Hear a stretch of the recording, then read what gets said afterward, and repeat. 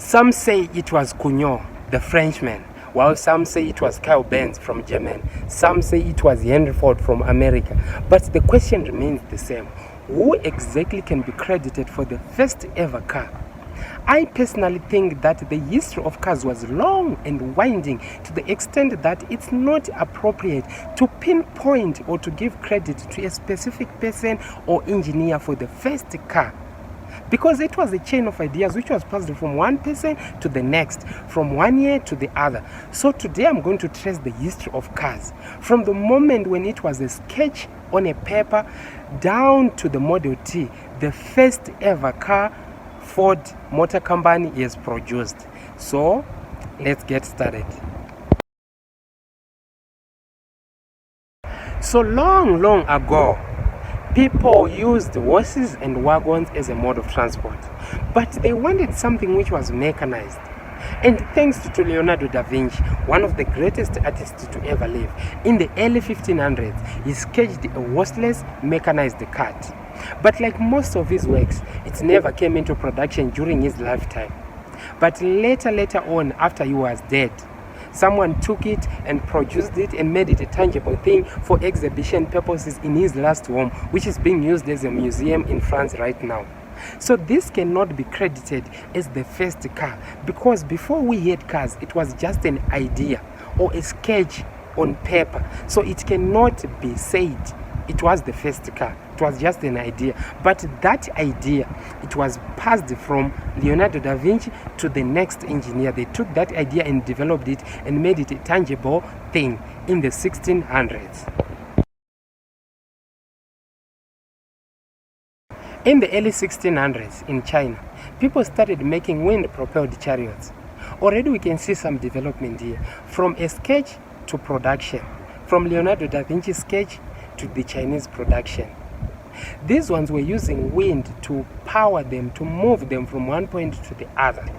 Then in the mid-1600s, Simon Stevens of Holland managed to make a more practical wagon, the same wind-propelled wagon, but a more practical one, which was able to accommodate 28 people and could cover a ground of 39 miles or 63 kilometers in a space of 2 hours. It was not bad, but it cannot be credited as the first car because they lacked a combustion engine or a transmission. For it to be called a car, it has to have a combustion engine and a transmission, but these ones lacked these components, so they cannot be credited as the first cars. But the idea of horseless cars was being produced here. It was being shown that it's possible to have a horseless cart. In 1672, Ferdinand Verbiest saw that the chariots which were being by the Chinese and Stevens Simons lacked a combustion engine or an engine. So he made a 5-wheeled cart which was powered by a steam engine, which blew steam to the turbine which would then turn the wheels. But the problem was the size of this cart. It was too small to accommodate even a single human being. The purpose of a car is to carry human beings from one place to the other, or to carry goods from one place to the other. This was too small to do such things. So it cannot be credited as the first car because it couldn't serve the purpose of a car. But we can see here engines coming into play. Hence these ideas being chained or being connected. First from Leonardo da Vinci's sketch to the Chinese and the Stephen Simon's wind-propelled chariots. Then here, a steam engine being fitted on a cart or in a wagon or in a chariot, whatever you call it. Let's move on to the famous French engineer, Nicolas Cugnot. Some say he is the person who must be credited for the first ever car. Well, I don't think so. Let's go on. The year was now 1769 when the French army decided to fund Nicolas Cugnot to make a more practical steam engine powered wagon to improve Ferdinand Verbiest's small cart which couldn't accommodate a human being. They trusted him with this assignment to make a more practical version of that one. But the results were so disappointing to the extent that the French army decided to discontinue the funding they were giving him. The problem being the top speed of this thing. and its reliability.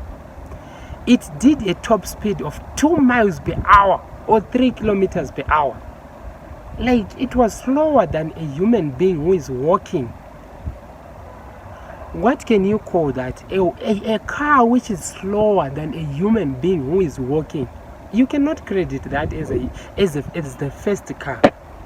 Plus, it was not reliable. It broke now and then. It needed a new steam head. So it was discontinued. It never made it into production. But the idea of something which is using a steam engine and which is practical was being shown. So the year was now 1858 when Jean Joseph made the first ever successful internal combustion engine. He took that engine and put it on his horse wagon. But historians couldn't accredit this as the first ever car because it was just a horse wagon with an engine.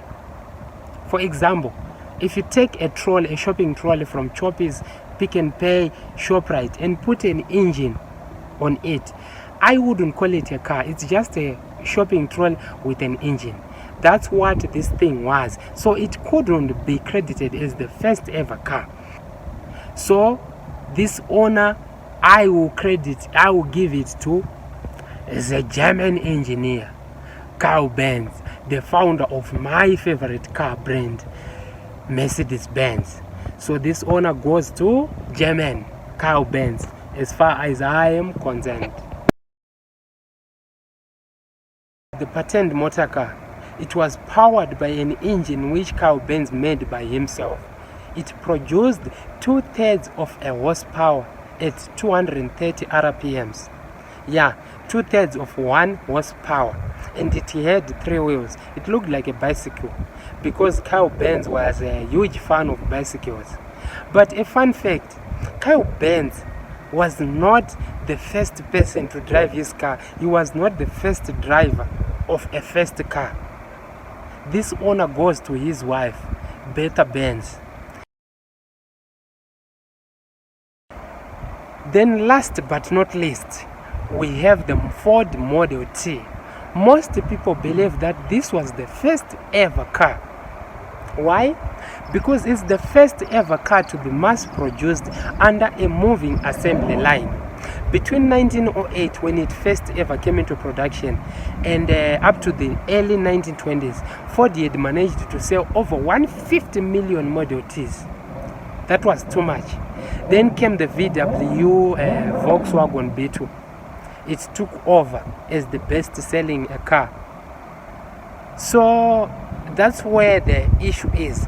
People either say it was Cugnot who must be credited with the first ever car, but others say it was Karl Benz. People like me believe it was Karl Benz because the patent motor car, it linked the horse wagons and something which was mechanized, something which used an engine, something which had a transmission, which can be defined as a car, even if it didn't make it into mass production compared to the Model Ts. I regard the patent motor car as the first ever car.